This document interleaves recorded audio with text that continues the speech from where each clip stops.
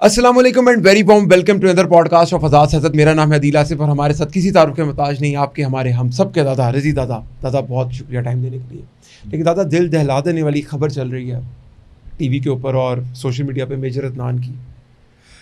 आपने दिल दहलाने की बात की है, आपने उनके वालिद साहब का मैसेज नहीं सुना, जो कि जिसकी ऑडियो भी इस वक्त सोशल मीडिया पे घूम रही है और वो बाकायदा मुबारकबाद दे रहे हैं। उसके मामू उसके मामू को उसके वालिद साहब मुबारकबाद दे रहे हैं। ये है हमारी रवायत।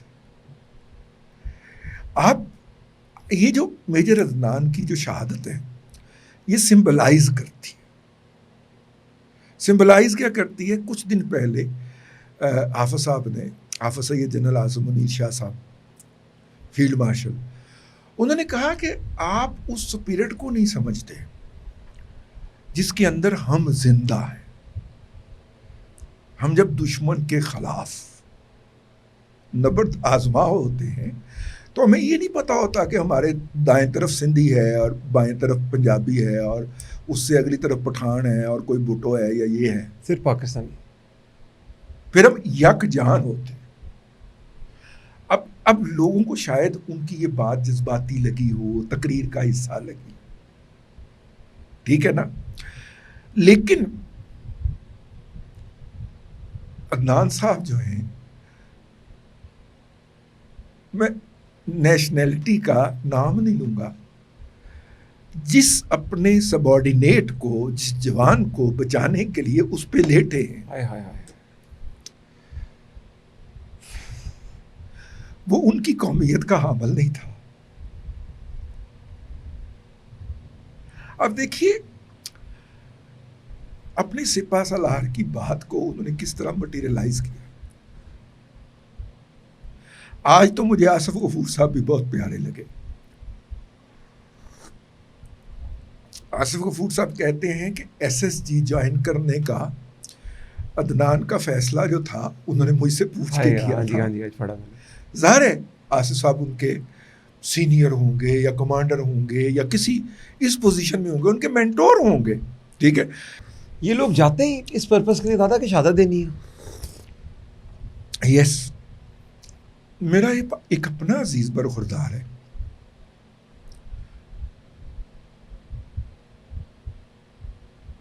उसने सियाचिन ऑप्ट किया है, नोइंग द फैक्ट कि कोई ना कोई बॉडी पार्ट लूज करना पड़ेगा।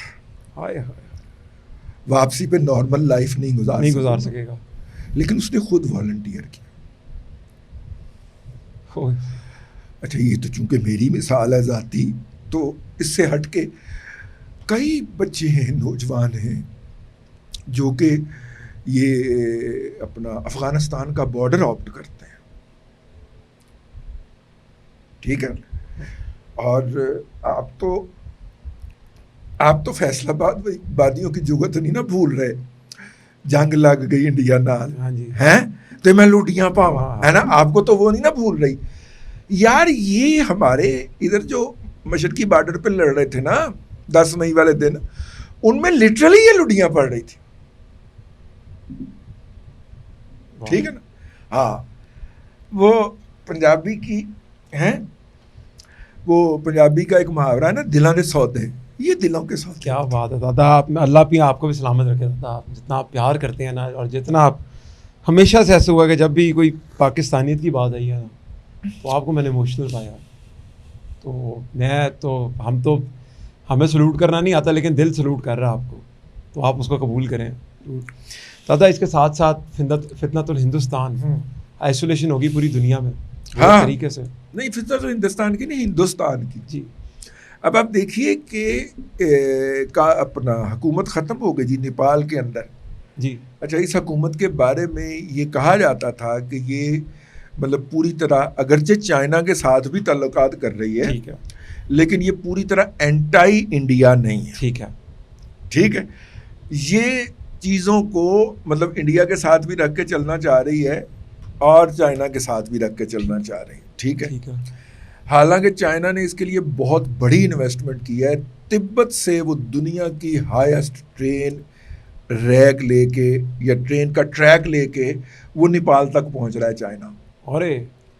और जो नेपाल को 1947 से भारत की ब्लैकमेलिंग का सामना है, ठीक है, और वो उन्होंने उसको बिल्कुल घर के मतलब कि मुलाजम से भी बदतर, गुलाम से भी ज्यादा बदतर हैसियत में रखा हुआ है। लेकिन नेपाल के भी लोगों के अंदर कोई बगावत होगी ना, हालांकि बड़े ठंडे मीठे लोग होते हैं जी, बड़े नरम दिल। जी। मुझे याद यूं है कि एक यूनिवर्सिटी में जहाँ पे मैं पढ़ाता था, वहाँ पे 2 नेपाली स्टूडेंट थे, ठीक है, वो पढ़ते थे और हमसे ज़्यादा बेहतर उर्दू बोलते थे। अच्छा। और मतलब कि हमारे बच्चों से बेहतर उर्दू बोलते थे, हमसे तो नहीं, हमारे बच्चों से बेहतर उर्दू बोलते थे। और फिर वो ग्रेजुएशन किए, फिर उन्होंने मास्टर किया, फिर वो नेपाल वापस भी गए, ठीक है। राब्ता रहा उनसे कि अगर मुकामी तौर पे आपको कोई मसाइल दरपेश हों तो एक उस्ताद का जो स्टूडेंट के साथ राब्ता होता है वो रहा उनके साथ, ठीक है। तो मेरा मतलब है कि बहुत ही अच्छे और पाकिस्तान से मोहब्बत करने वाले लोग थे। लेकिन अब वहाँ पर भी वहाँ पे प्रो इंडिया गवर्नमेंट का मुकम्मल तौर पे खात्मा हो गया, अब एंटी इंडिया गवर्नमेंट आ गई। मेरे रब का करम देखें, ये सफ़र मालदीव से शुरू हुआ, ठीक है। मालदीव में प्रो इंडियन की छुट्टी कराई गई, या जो कह रहे थे कि यार इंडिया भी आए बाकी भी आए, उनकी छुट्टी करा दी गई, ठीक है। उसके बाद आया श्रीलंका का बारी। जी। श्रीलंका में भी प्रो इंडियन एलिमेंट को खत्म किया गया, लपेट के बिल में घुसा दिया गया, ठीक है। उसके बाद आया बांग्लादेश की बारी। हसीना वाजिद पूरी दुनिया में जान की अमान तलाश करती रही है, और आज आया भाई नेपाल की बारी, ठीक है। आप रब्ता लगी कौन सी नियमतों को जुटलाओगे। अब वो कहते हैं इंडियन मीडिया वाले कि ये पाकिस्तान ने किया है। ओ भाई, हमारी बसात और औकात क्या, हम तो सैलाब में डूबे हुए, हमें क्या पता, ठीक है ना। लेकिन नेपाल वो जगह है जहां पे भारत ने बकायदा पाकिस्तानियों की टारगेट किलिंग की हुई है। CIA का एक तैयारा बकायदा भारतीय एजेंसियों के ऑपरेशन के नतीजे में वहां पे खटमंडू के एयरपोर्ट पे तबाह हुआ था गिर के, और उसमें 250 मुसाफिर शहीद हुए थे, ठीक है।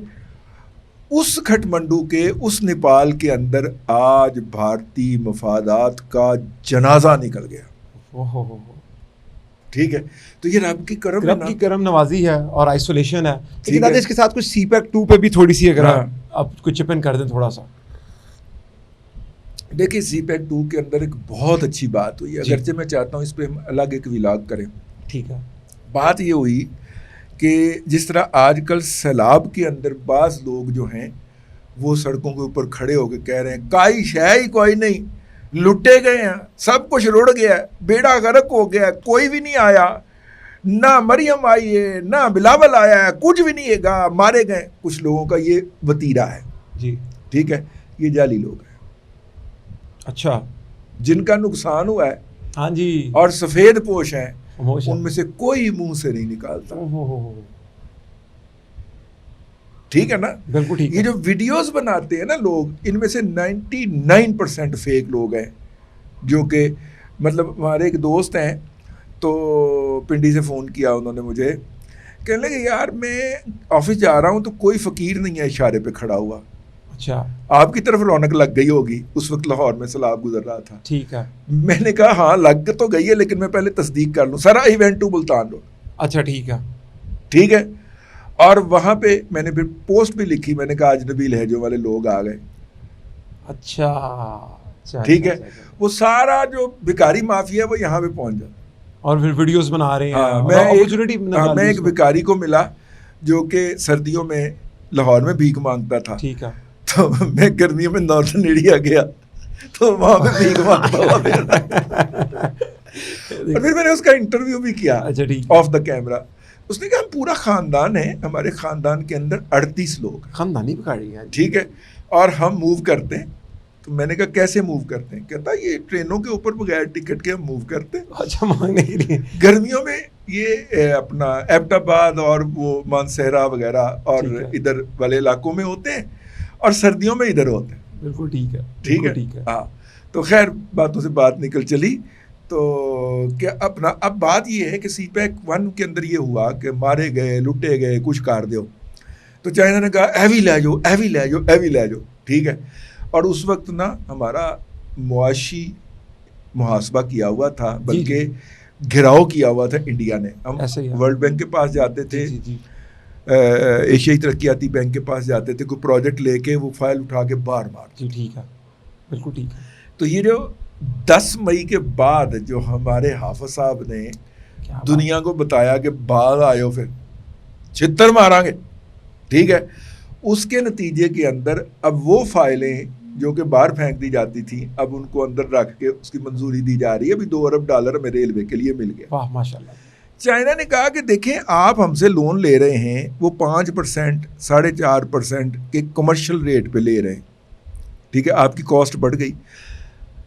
अक्लमंदो, ये लोन आप एशियाई तरक्याती बैंक से ले लो जो कि 0.5% पे मिल रहा है। जी ठीक है, आपकी कॉस्ट कम हो जाएगी, ठीक है। ठीक है। तो ये CPEC का फेज़ 2 जो है, ये अब ये प्रोजेक्ट की फाइनेंसिंग के लिए ये कंसोर्शियम बनाएगा। ओके, ज़बरदस्त।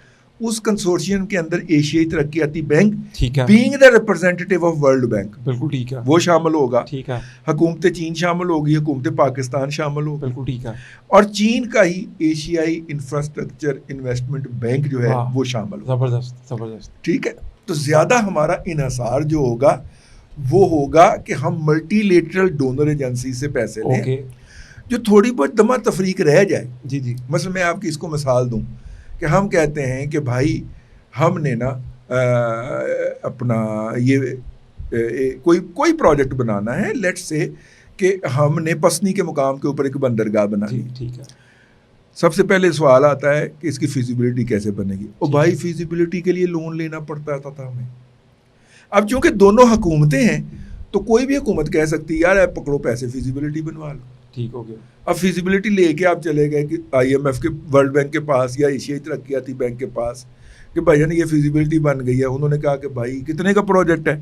ये जी $2 अरब का प्रोजेक्ट है। उसने कहा $1 अरब हम डालते हैं, $1 अरब तुम किसी और से ले लो, ठीक है।